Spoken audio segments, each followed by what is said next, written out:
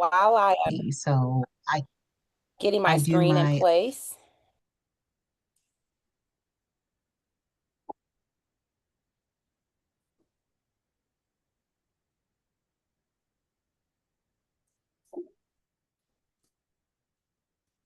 Good afternoon and welcome to Justine Peterson Presents Ignite Illinois webinar series. Whoop whoop. Can we get a whoop whoop in the house? Some hearts, some hands up, some claps. We are so excited. Week 2. Yes. We are about to get started with today is tax basics for small businesses. And we have Ann, and she is going to deliver another awesome webinar. If you missed last week's, please reach out to me by email. I'll put my email in the chat. Ann likes to you can ask questions during the presentation. Also, if you could be so kind, if you're not asking a question, that you just keep your stay on mute if you're not asking a question. If you are here, please put your name and your email in the chat. Last week we had an iPhone. I don't know who that iPhone person was, but we need to count you. So if yours comes up iPhone or not your name, please note it in the comments. If you are working and you cannot talk, it's okay to stay off camera. But if you have a question, you can put in the chat. I'll read it out for you during the question and answer portion. Just remember, each webinar, each there's 10 of them, and we want you at all of them. So you need to be at all of them. Each one sits on the other one. So without further ado, let me see. Did I do all the housekeeping? I think I did. Okay. Without further ado, Ann, the floor is all yours. Thank you. And welcome back to the ones that were here this week. I want to shout out to my niece. My niece is on here. She just started her business. Miss Deja is on here. And also Miss Shalita Gray, which will be presenting next week, I think. She's also joined us. So I have some, and welcome back, LaDonna. So for the new ones, my name is Ann Burrage. I have been doing income tax, I'm gonna just say 30 plus years. And so it was something that I just I love math. So when I came back from college, I was like, okay, what am I gonna do? I saw an ad in the newspaper for H&R Block's tax school. And so I was like, okay, I just got out of school, but I'll do this again. So uh went to H&R Block tax school, and I have been, the rest is history because I've been doing tax ever since. One of the things that I liked about the H&R Block tax school is that they taught me form numbers and what goes on a form. Some people out here, they are teaching just software, but H&R Block gives you, well, they used to, I'm not sure what they do now. They gave me an in-depth uh, education on why you use what form and everything. So today we're going to be talking about income taxes, payroll taxes. You can go ahead, Yolanda. Sales tax, how to register with the Illinois, because the title of these webinars are Ignite Illinois, but there's also Missouri has compatible things too if we have people on from Missouri. And then avoiding common tax pitfalls. And then we'll have a Q&A question. But doing the thing, we can also you all can also ask questions if you have questions. Okay, we can go to the next one.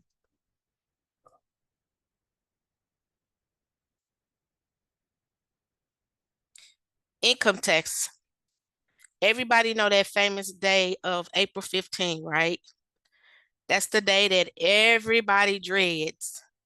But income tax, if you're a small business owner and if you have everything in order, And when it's time to do your income taxes, you should be okay. So we're going to talk about having everything in order, and that will be with you hiring professionals, because you're already some people may be one person show, running everything, but you need some time to get you a team around you to help you. So we're going to talk the federal and state taxes. Again, for according to the next thing talks about business entity type and tax implication. According to how you set your business up, which we talked about last week, the different business structures, is going to determine how your which tax forms and certain tax implications that you will have. So if you live in Illinois, you will also have your state income taxes. A lot of people be like, I'm paying so much in taxes. I'm paying so much in taxes. And again, when we talk on the next couple of slides, you may, if you're selling products, you're gonna have to do sales tax. So you have to know what is required of you for your different tax entities. Estimating and paying quarterly taxes.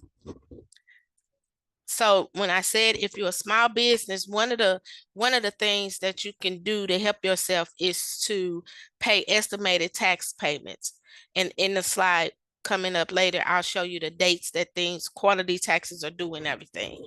But if you do estimated tax payments, then when it's time for that day that we all regret, April 15th, if you are paying estimated taxes and you're at least close. When I do estimated taxes, I kind of estimate people on the high end. So when we get to the end to do the taxes, they won't be like, oh, I got such a high tax bill. So it's good to pay quarterly. Deductions and record keeping, again, according to what business type you are, there's information out there. There's a lot of software that's out there that you can use. Um, paying taxes doesn't have to be. I think that's you, Yolanda. That's me. Paying taxes doesn't have to be so painstaking or whatnot, and people shouldn't have to be afraid of the IRS. Let's go to the next slide.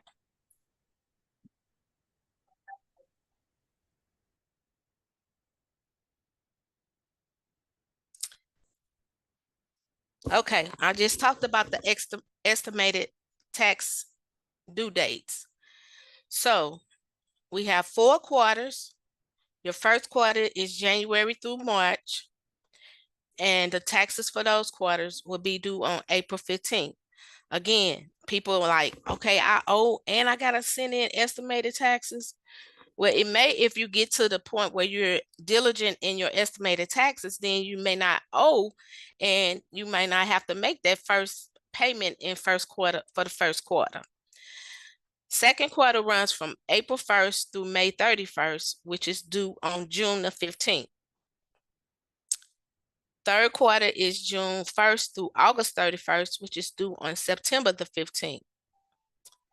And then we have the fourth quarter, which runs from September 1st through December 31st, which is due January 15th of the following year. Even though you're making that payment in the following year, you have to make sure that you will get credit for it for being in the actual tax year that we're in.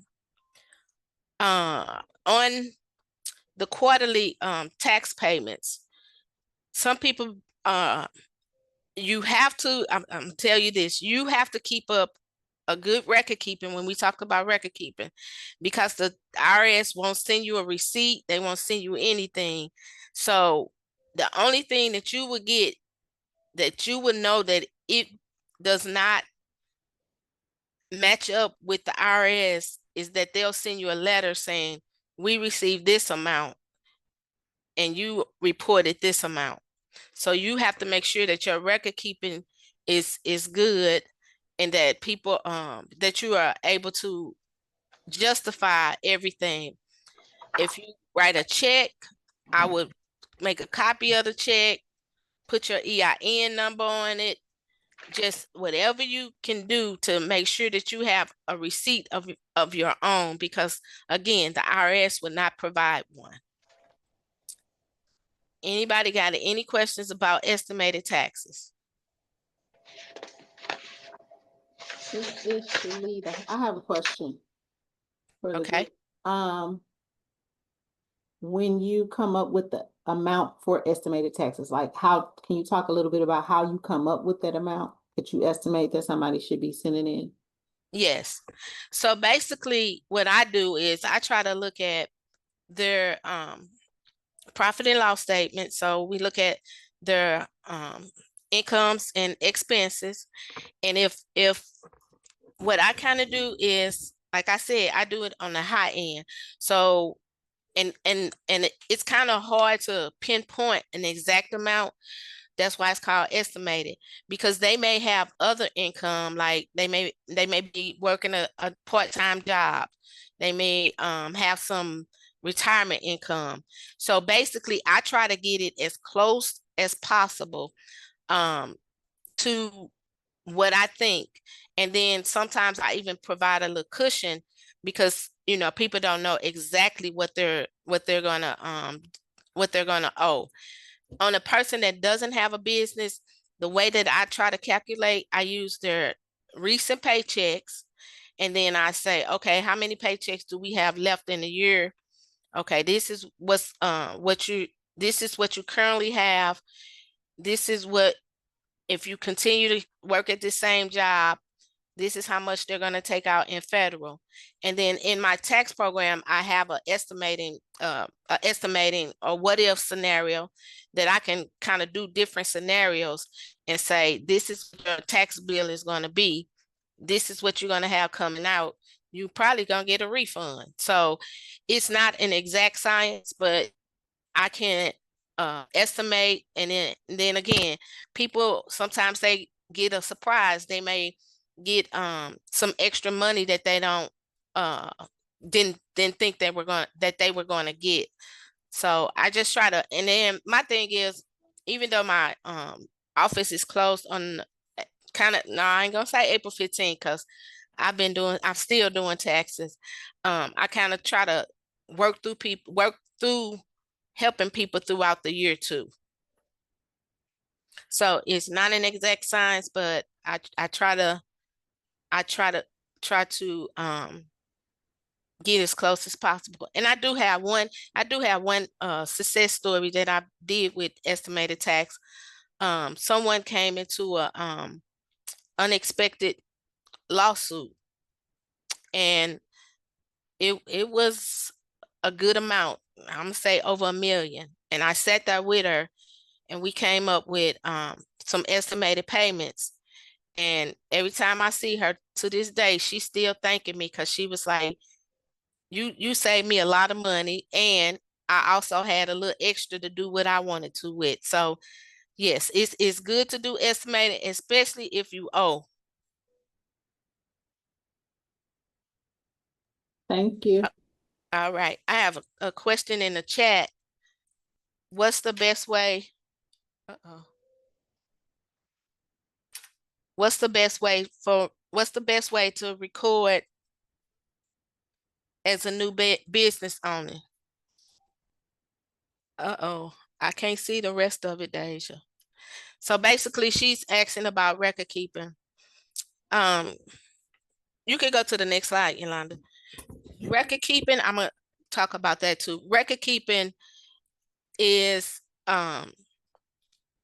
some people is still old school. They can use the pencil and the pad, but a lot of people, you can use, if you're new and you don't have a lot of transactions and stuff like that, you can use a spreadsheet. That's Excel spreadsheet is a good thing to use. The best way is to hire you a bookkeeper or accounting services that'll help you go through that. And actually, that is something that we'll be talking about in these webinars, seminars. So payroll taxes. Everybody like to get their payroll, their paychecks, and make sure that all of their hours are accounted for. and all of that. So when you have employees, I'm not talking about independent contractors, employees, your responsibility is to make sure that you are paying the payroll taxes for your employees. Okay. The thing about that is the IRS says they let you be the gatekeeper or the holder of the payroll taxes. With payroll, you have to also pay, being the employer, you also have to pay a portion of your employees' Medicare and Social Security. So um, if you're not versed enough on doing that, I would suggest hiring a payroll company. Some of the required forms, again, for payroll, I'm gonna talk about that in the next slide. You have W-2s, because everybody be waiting on their W-2s. They figure that if business the business is done on December 31st, that they should be getting their W-2s on January 2nd. But you have to do a lot of processing in order to do that. Registering for your payroll taxes in the state of Illinois, we're going to talk about that. It's on the My Tax Illinois website, and all of that I'll show you how to get to that and everything. Again, since we're doing Ignite Illinois, Missouri also have a website, and if you would like that website, if you put it in the chat, I'll make sure Yolanda get it to me and I can get that information. Again, just like we had filing deadlines for the estimated taxes, we also have them for payroll taxes. And that big word, penalties. Again, what's happening is the IRS is letting you collect those payroll taxes when you do your payroll, and then they want you to send it in at a certain time. And it's going to be according to how big your payroll is. If you may have to do some monthly processing, some quarterly, or you may only just, if it's so small, you may just only have to do annual. Okay, the next slide. So these are the required payroll tax forms. We have the IRS and the state 941s. So the 941s, if we remember, we have 4 quarters that we have when we're doing the estimated payments, and those quarters are the same for when you're filing the IRS and the state 941s. Then we have what's called the annual.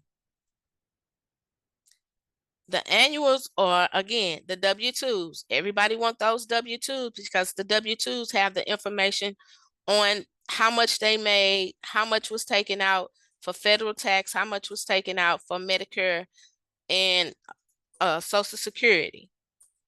The W-3 is just the total. That's actually for the owner of the business, because it gives you the total payroll that you paid and how much was taken out for Medicare and Social Security. And 940 is just like another annual report that you have to do to say how much was actually collected actually for unemployment purposes, which is the next thing. In Illinois, we have the form UI 3-40, which collects information on unemployment. Next slide. Sales tax. So if you are like retail business, you are the one that have to collect sales tax. So again, you are the gatekeeper of those taxes. The sales tax, which comes from the state departments of revenues are banking on you collecting those sales tax and then sending them in. A lot of people be like, I'm collecting it, so that's my money. No, if you're collecting sales tax, that sales tax has to go to the state Department of Revenue. They will come for you. Put it on mute. You can put it on mute. They will come for you. They will come for you for your sales tax, for their sales tax. Again, registering for sales tax in Illinois and Missouri, they all created what's called their ours is My Tax Illinois. I think it's My Tax Missouri. So you will get information where you can, on those, you can register for your payroll taxes, your sales taxes, unemployment taxes, all of those. And then again, filing those sales tax returns, they have due dates. So if you're the one that's doing the payroll, I would say you need to set aside time to do payroll, sales tax, the income tax estimating part, all of that, like all in one day, so you can make sure that you are taking care of everything. The next slide. Oh, Ann, you have I think Shalita has a question. She has her hand up. Okay. I was just gonna ask if you can talk a little bit. We talked about W-2s and the W-4s and things, but if a small company has people, contractors that they pay, that they don't take taxes out of their, like they pay them without taxes. Okay. So what Shalita is talking about is what's called an independent contractor. And so if someone provides you services, correct me if I'm wrong. I know they're changing this. So if someone does services for you, and it's $600 or more, you have to give them what's called a 1099. It's 1099 non-employee compensation. That's NEC. It used to be just a 1099 miscellaneous. But on those, you also have to account for what that's an expense for you. So you have to account for how much money you spend doing business with that other business or whatnot. But you don't have to worry about the tax part of it, like taking out payroll taxes or anything, but you do need to account for that money so that you'll be able to do it as an expense for your business. And that's one of the things you have to really, I think I got it in here somewhere. It's not in, I don't think I do, but one of the things you have to do is you have to designate if a person is going to be an employee or if they're going to be an independent contractor, because there's a big difference. And on the independent contractor, the IRS has a I want to say a cheat sheet of it's about 20 or 30 questions that you can answer to see if that person is actually going to be an independent contractor. And I know the biggest thing is if you set their schedule and they have to be here at this time and that time, then that is an actual employee. But if they are coming in just doing some bookkeeping for you, they can be an independent contractor. Sales tax, we're gonna skip back over the sales tax. The different sales tax form. We have what's called the ST1 and the ST2. If you have multiple business, the ST2 is the schedule, because in Illinois and Missouri, you have local taxes that people are collecting, and the sales tax, and in different cities, the sales tax may be different. So you have to notify the Department of Revenue, where are you collecting that money from? Okay, so you have to make sure the ST1s are capturing all of your income, and making sure you are filing those forms on a monthly, quarterly, or annually basis, which it will be based on your volume of sales. Again, when you register with the state in which you're doing business, the state, they're going to ask a whole lot of questions about payroll, about sales tax, unemployment, all of that. And based on what you're telling them when you register, they're going to determine if you can be a monthly, quarterly, or annual payee. Sometimes you may start off as an annual, but then as your sales volumes continue to grow, then they may change you to quarterly. And then if they look at it again and the quarterly, they may say, okay, no, we need to collect this money on a monthly basis. Again, they are the Department of Revenues, they're, I guess, giving you on the promise system that yes, you're going to collect the sales tax and then you're going to forward the money to them. So we just have to be cognizant of making sure that we have processes or systems in place that will make sure that we get the money to the right people at the right time, because you do not want those penalties and interest that they may put on it. Okay, the next one. Did you see Don's? I don't know if Don had a question or was just making a statement in the chat.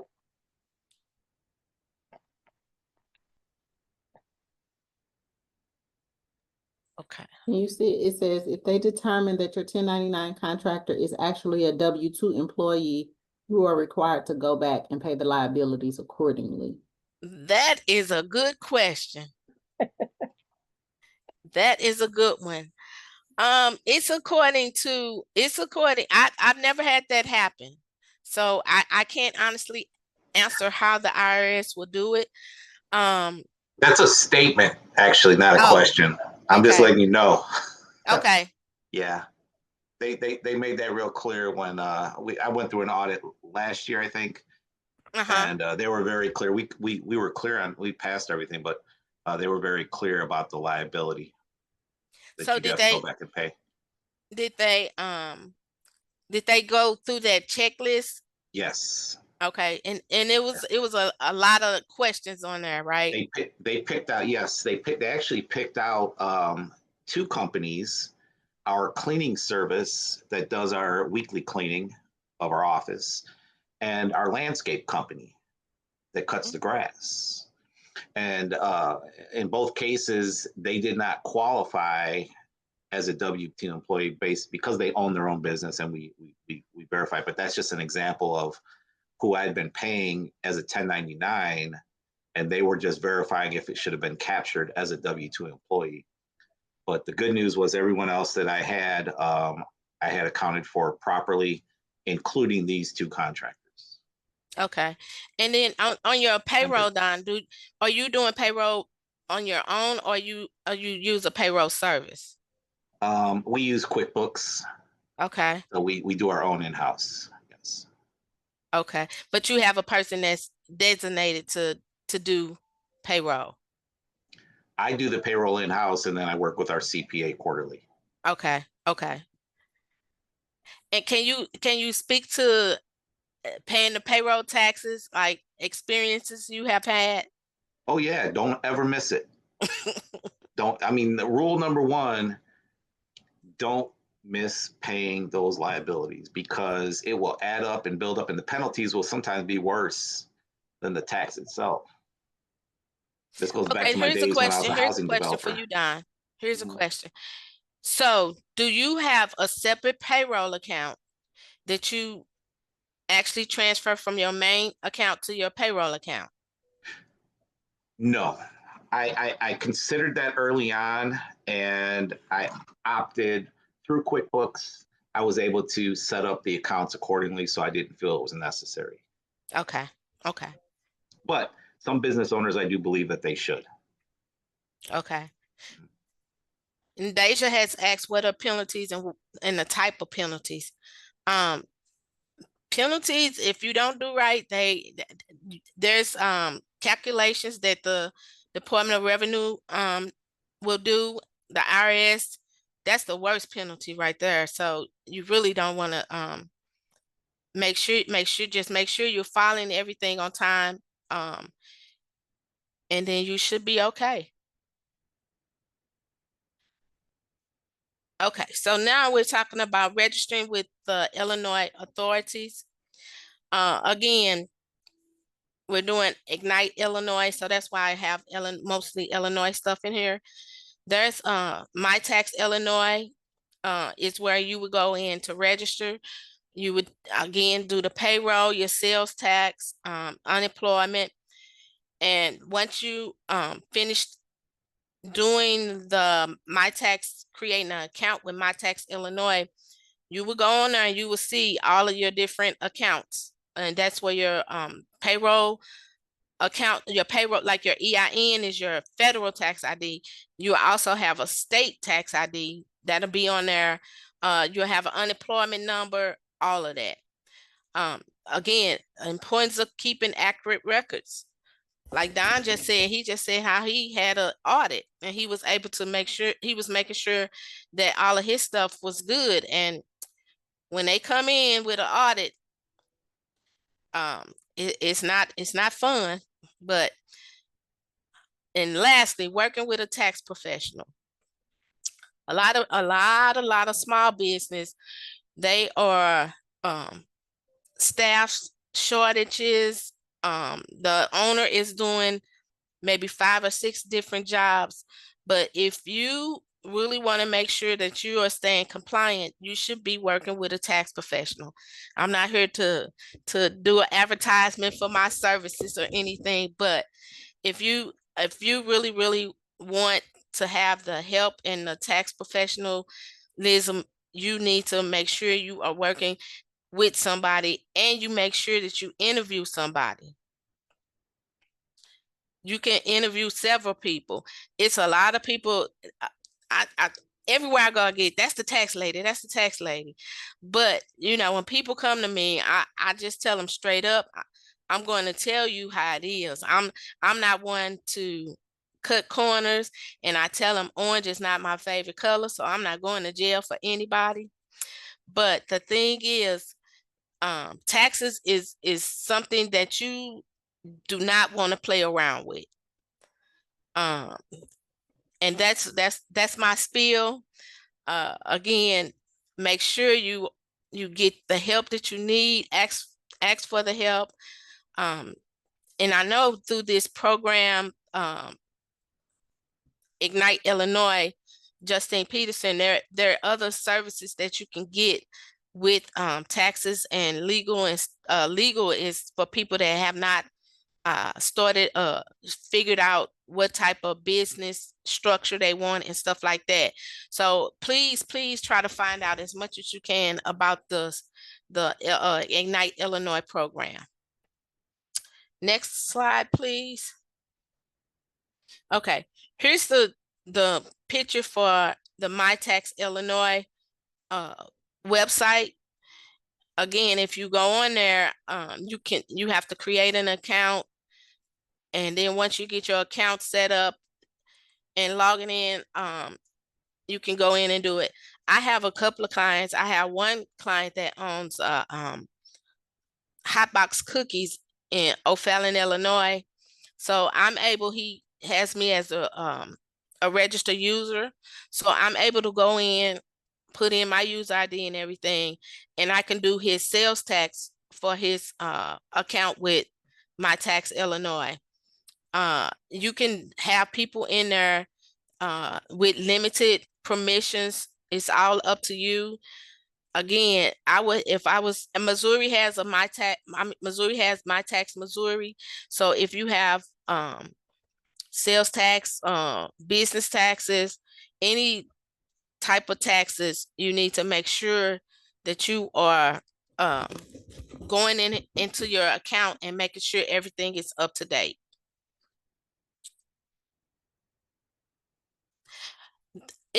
We can go to the next slide, but I just thought about something in here. We did sales tax, payroll taxes, and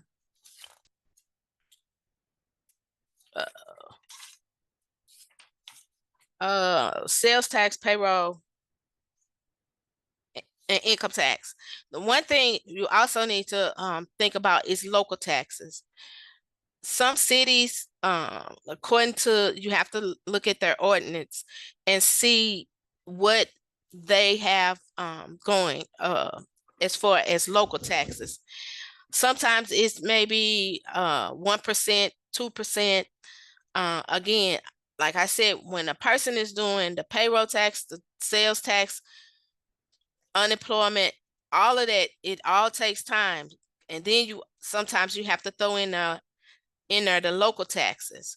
So there's a lot of taxes out there, and the next slide is going to show you something. Frequent errors, trying to do everything ourselves. If we need help, please seek out the help that you need to get stuff done. Don't sit there and say, "Oh, I'll get to it. I'll let it. I'll wait till the end of the year." That's the worst time to do that. Please seek out any help that you may need. Tips for compliance. Again, get the help that you need. I have people coming to me after the fact, and I'm like, now if I have to sit here and go through this, and you don't want to pay for this, but again, you set up and make sure you have a good person that's going to help you through those problems. Don, can you speak to being in an audit for me? Specifically what that involves, or yes, how they come in. Mhm. So for most part, since COVID, I don't know that it's not quite sitting at a conference room table like it maybe was 10 years ago. So a lot of it is they'll send you a list of documents that they would like for you to provide, and that's where record keeping is very important. And if you're not a good as a business owner, if you're not a good record keeper, you do want to have someone on to assist you, and an outside company to support you on that. But they send you a list, and you pretty much will spend a few hours digging through your files, looking for those documents. Sometimes you'll already have them saved electronically. Other times you might have to scan those documents in. It can take a few hours or even days to gather the information.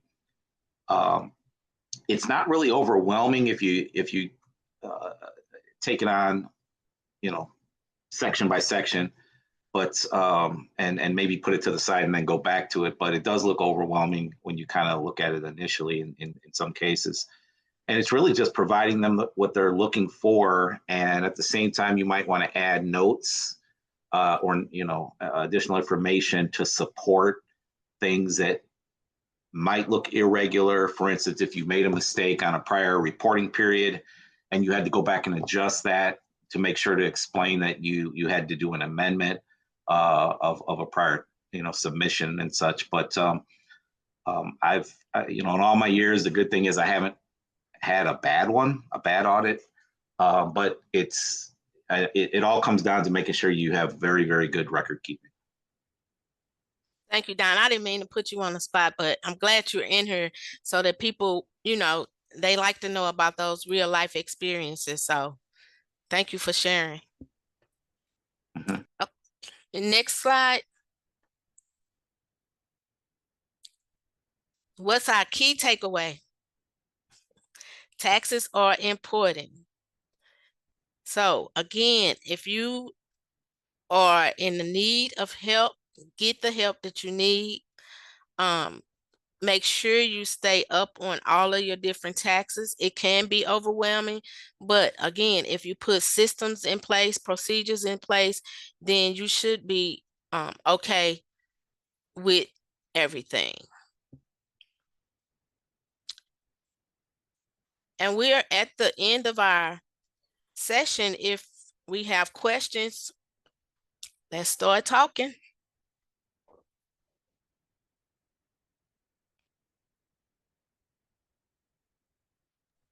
And there was a question earlier, and you may have answered it, I'm not sure. What's the best way to record keep as a new business owner? Yeah. Especially with different aspects of retail service providing, et cetera. Yeah, the best way for that, I would say, will get you a bookkeeper, a good person that can help you with the bookkeeping. Because again, with retail, you're gonna have those sales tax and making sure that those sales taxes are done on time. again, sales, and you may have local taxes. So your best thing, if you're not a person that's into doing record keeping and bookkeeping and stuff like that, make sure you hire someone that can help you get through that process. I'm not here to advertise for anyone, but QuickBooks is a good software that will help. That's what we use. I like the Intuit products.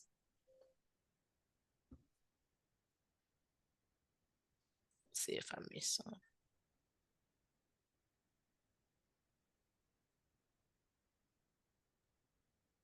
I have, if, so would you say that if the small business doesn't feel like they could,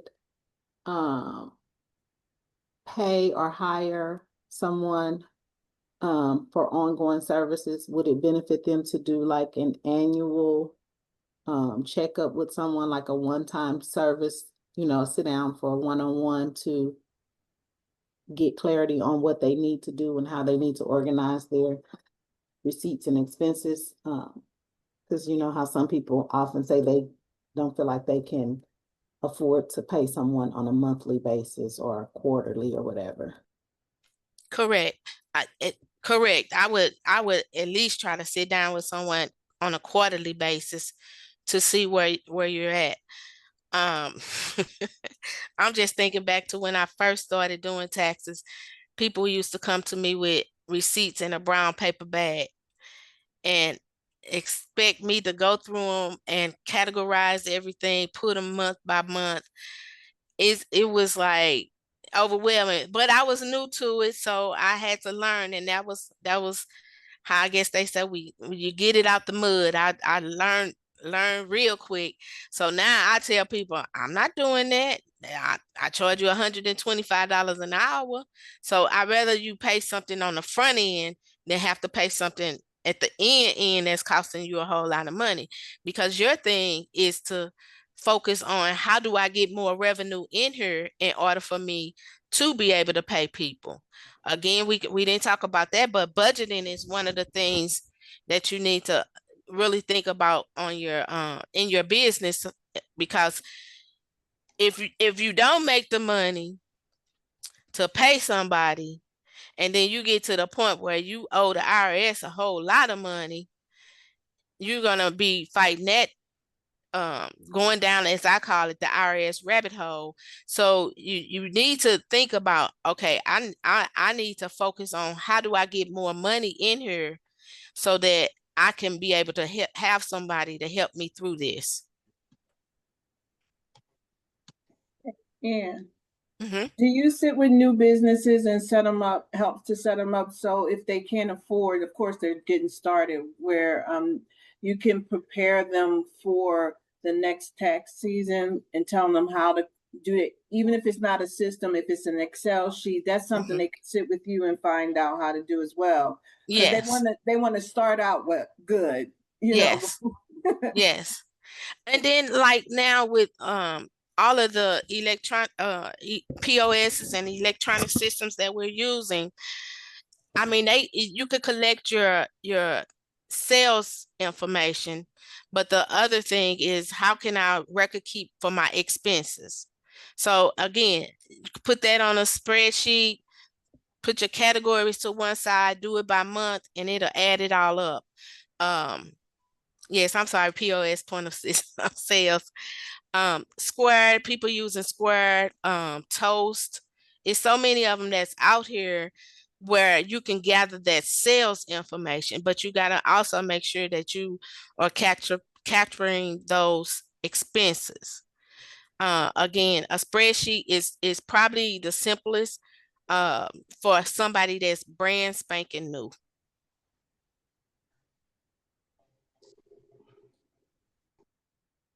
I see we have someone saying that they use QuickBooks and it's very user friendly. On that one, I think it's Mark. Mark, are you a service or a retail business?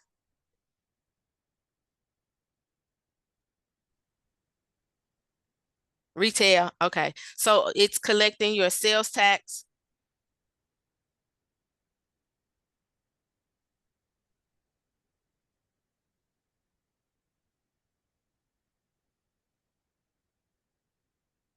The- I was gonna say, I don't know if you addressed this, but somebody in the chat said it's intro to QuickBooks, one of the series or sessions offered. no, that's a good thing. We do have accounting essentials coming up next. That's next. And we have budgeting and finances, but we don't have actually QuickBooks. But they'll all touch on that. Right. I hope that answered your question. And Ann, aren't there two versions of QuickBooks, one that's less expensive than the other? Is There it is. based on the volume of stuff that's included? Yes.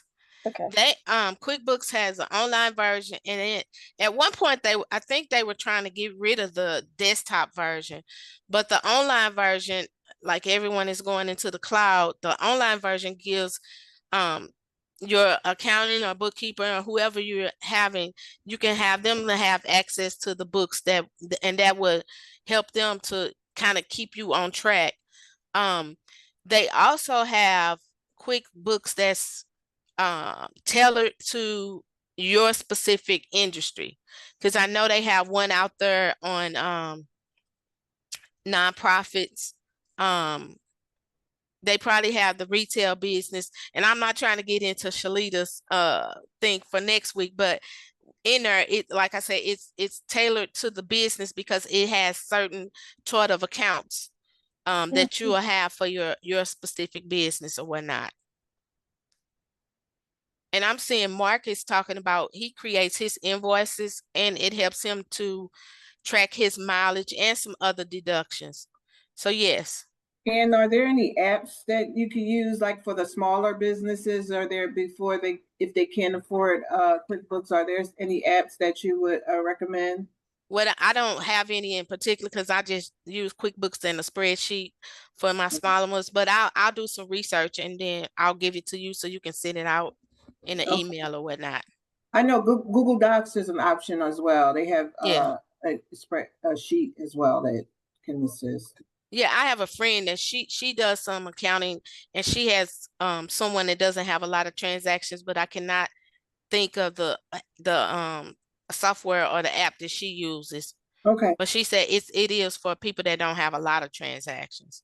Okay. Thank you.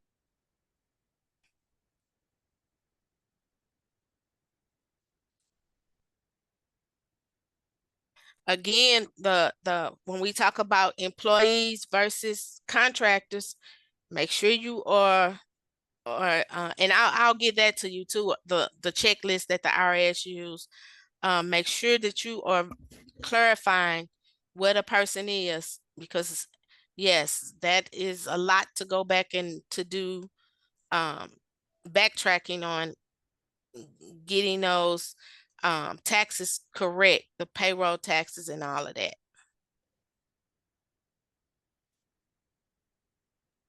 I got a question. I don't know if y'all can hear. Can you hear me? Yes. Hey, y'all. Okay, so, dang, what was I gonna say? Oh, okay. So for like the contractor, right? So I got a little shop or whatever, and I plan on hiring somebody to like build stuff, whatever. So would that be considered, that would be considered a contractor, or does that even, do I even apply to that? Like, how would I work that? Yeah, that's my niece. She's starting her little business. I'm sorry, her business. And she's into her, and I can't even get a hair appointment with her. Oh, wow. So Deja, are you talking about a contractor to do what? To Basically, like to build. So I sell, I sell my bonnets at on my website or whatever. But I wanted like a station inside of like my shop, so where I'm able to sell my bonnets in my shop as well as do hair. So and then plus other stuff like added to my shop as well. So but I was gonna hire him to basically build everything, like my hair station, the shelves over here. So I know it'll come out. I think you said something like 600. So I don't know. Is it, if it's over 600, that mean he a contractor? Yes, he's a contractor. He's not your employee. Okay. Okay. I have another question. Dang. Oh, the sales tax. The sales tax. So Mhm. sell my burners through Shopify, right? Right. Do the Shopify already do my sales tax, or am I, because I sell them for $12, and if I'm not mistaken, when people buy them off the site, they're paying $12 plus the shipping. So do I go in Shopify myself and add in and do the calculation for what the sales tax is? Yes. Yes. Because Shopify um will not know where you're located. And like I had said earlier, all of the different city states, they have different tax rates. So yeah, we got to work on that. Okay, yeah, we do got a lot to work. We got a lot to work on. Now that you said that, we got a lot to work on. But Deidre, you're doing a great job already, and those are great questions that you're asking. And also, don't forget to sell hair. It's a multi-billion-dollar industry. So with the bonnets, sell the weave too, hon. Yes, I can't wait. Like I want to kind of like make it. I'm starting off with the bonnet, so I know like the ins and outs of the business and how to like go about it, how to ship, all of that. I got questions about that too.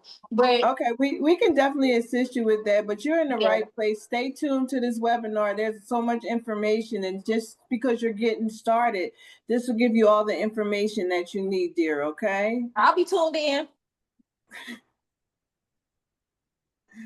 But that's all though. Thank y'all. All right. Well, this has been amazing. And did you have any final words? Again, the key takeaway, taxes are very, very, very important. If you don't have the know-how or the knowledge, find somebody that will help you through that, because you do not want to go down the IRS rabbit hole. And if I hired you to work for me, can I write that off on my taxes as well? If you hire me as My tax person, yeah. your tax person or your accounting I person mean or my your accountant bookkeeper. person. I'm sorry. Yes. Yes. Awesome. And I just wanted to let if people know that they yes. think this is a business expense that, Yes. thank you, Yes. It's an expense. that they can count. So Yes. this is a good expense. If with all the things, and I understand being a small business owner myself as well, with all the things, sometimes it seems as though money is not there, not where it needs to be, but this is something that you should account for. And if you plan your business and scale your business, as they'll talk about more in the rest of the webinars, you'll be able to count that in, and it won't be, as Ann said, a big thing at the end of the year. You can handle it throughout the whole year and putting the money aside. So Ann, this has been really good. Okay. Any final thoughts? Again, I want to thank Don for giving his examples. It's good to hear that real life experience. So, and for Shalita for asking questions. Those were good questions, yeah. I'm gonna get her next week. So everyone, before we go, I just want you all to please, please, please make sure that you're putting your name and your email. We will send out the recording of today with the extra things that Ann promised to give as well. And if you were on last week and you didn't have your name showing, please email me and say it was you. You were here, so we can account for you being here. And if this information was beneficial to you and you know someone that's in the Illinois area that you think they should be here, feel free to share the link with them and have them join, or you can share my email and I can explain more about it. But this is some great information. Thank you so much, Ann. We appreciate you. You're welcome. All right, you all have a wonderful day. I'm gonna stay on so you guys can make sure you put your email addresses and your name in there. But you all are welcome and have a great rest of your day. Okay. You do the same. Thank you. Bye.